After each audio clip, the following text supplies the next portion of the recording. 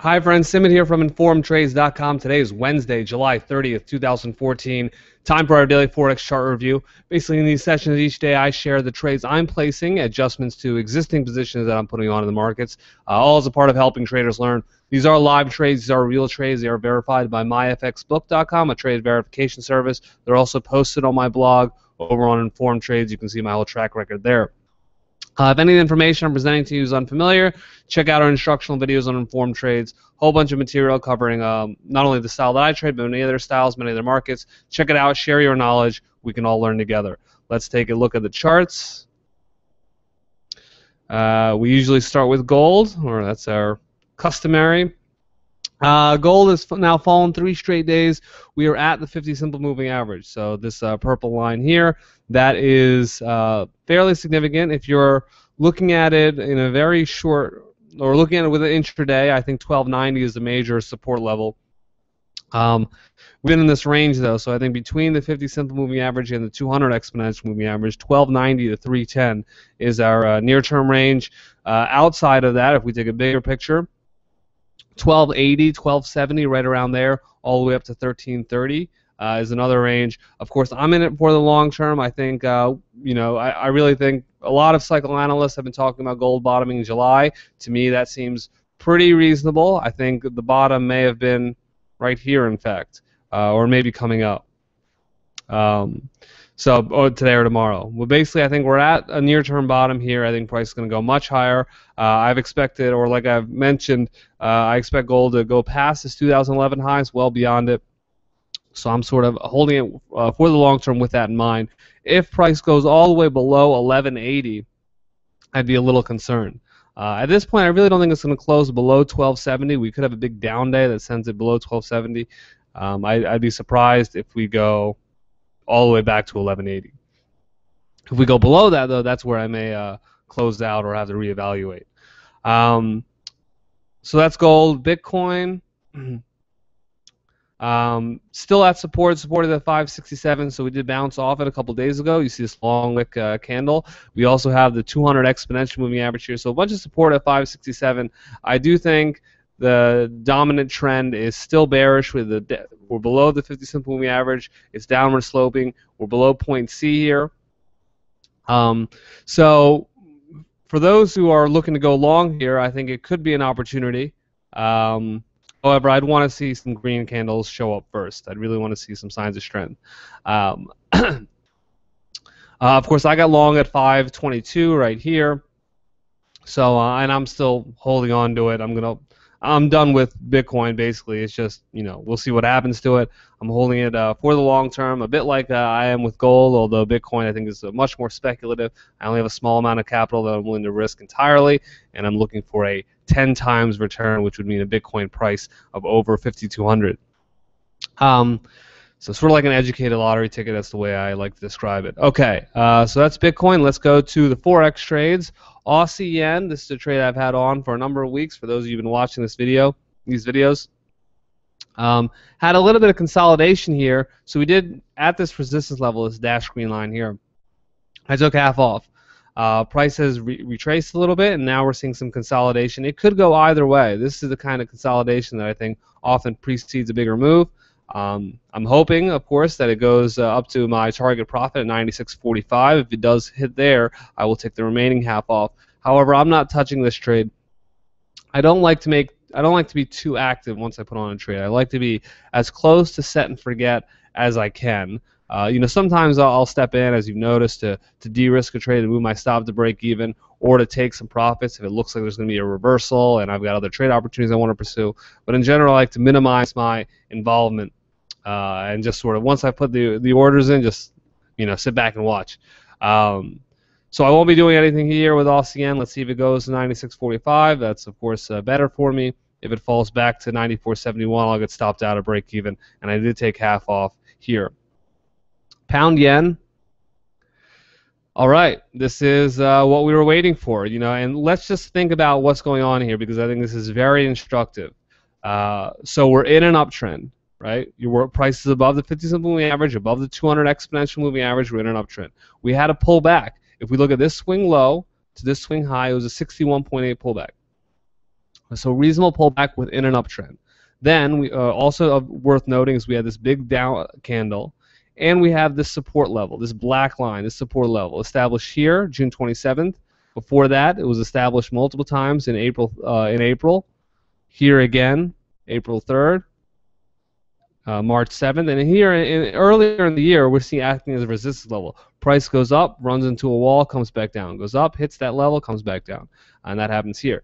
Now we finally broke through, and I think June 30th was when that level went from being a resistance level to a support level.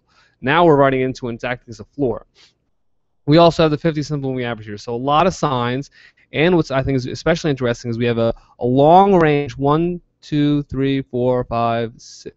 Let's see, 1, 2, 3, 4, 5, 6, 7, 8 candles, 8 narrow candles after the big day, big down day, which suggests a tight trading range, which to me, as I mentioned, looks like accumulation. We have a lot of information on accumulation distribution patterns on InformedTrades, but this looks like accumulation, which suggests that buyers are slowly accumulating and ready for price to send price higher.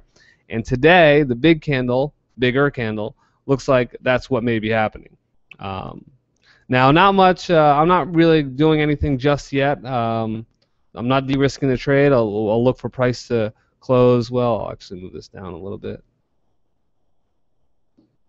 And I may actually de-risk the trade today, pound yen. So we'll see. Actually, I'm not sure if I already did. One of my pound trades was already de-risked. That was pound Aussie, not pound yen. So I'll probably de-risk this trade today. Okay, so that's pound yen. So far, so good on that. Pound Aussie. Similar type of thing, not as extreme, but same idea. You know, price was in an uptrend. We pulled back. We had a couple narrow candles, including this hammer off support, and now we're seeing a bigger move up. This trade has already been de-risked, so that is one adjustment I'll be making. Let's go back to pound yen. I'll be moving this stop to break even. And normally I like to wait until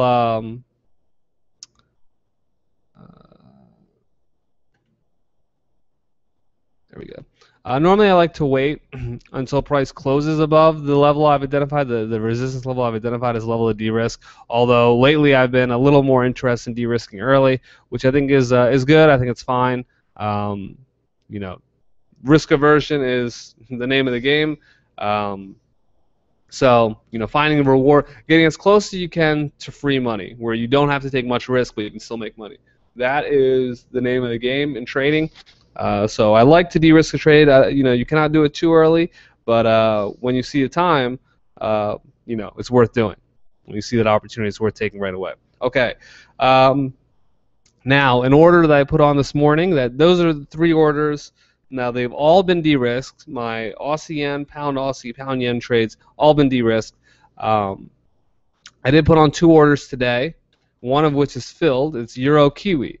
Now, New Zealand dollar has really caused me some trouble of late. I've lost on 3 straight trades with New Zealand dollar, and it's been the primary source of my losses in July. Of course, I'm very risk averse, and I think I've got risk management well managed, so I only lost 0.75% on that. So I'm still slightly positive for the year, barely above break even. But of course, it's not fun to lose, and those losses can weigh on you psychologically. However, I don't want to think about that. You know, when a loss occurs, it's important to analyze it and see what you can do better, if there's anything you can do better. But in general, we want to move on. You know, you don't want it to hinder. I want to be looking at things as objectively and technically as I can. So here, Euro Kiwi.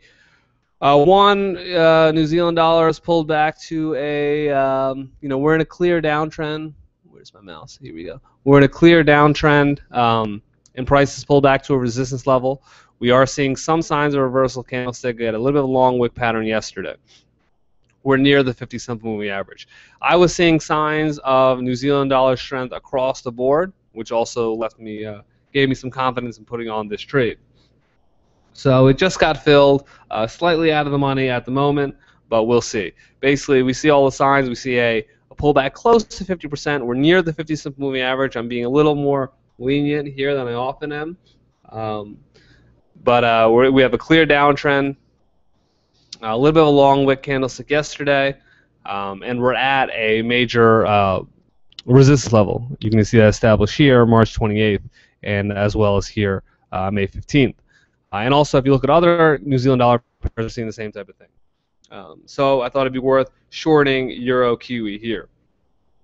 Now, the other trade I have on at the moment, or the other order I have on, is Canada Yen. Let's go to that. This one is not yet filled. We're about 26. It's about 26 pips away from where it needs to be filled. I just need to pull back 26 pips here. I'm long at 94.01. Stop at 93.56. Risking 55 pips. Target profit is resistance up here, 96.11. So risking 55 pips to gain 210. That gives me a reward risk of about 3.81. Here, same things that we're usually looking for. Prices near the 50 simple moving average and close to the 200 exponential moving average. We're at a major support level that's been identified here, here, here, which is also between at least a 50% pullback from this swing low to this swing high. So with all those factors in mind, I thought it'd be a good time to enter. We also have a little bit of a range forming. This could be accumulation. So let's say this order gets filled. We still need to pull back at 26 pips, so it might not get filled. But that's about it for the trades and orders that I have on. Of course, all these trades and orders are documented on my blog on InformedTrades, as is my track record. Any questions you have, anything you want to add, join us at InformedTrades.com. Best of luck in your trading, and we'll see you tomorrow. Take care.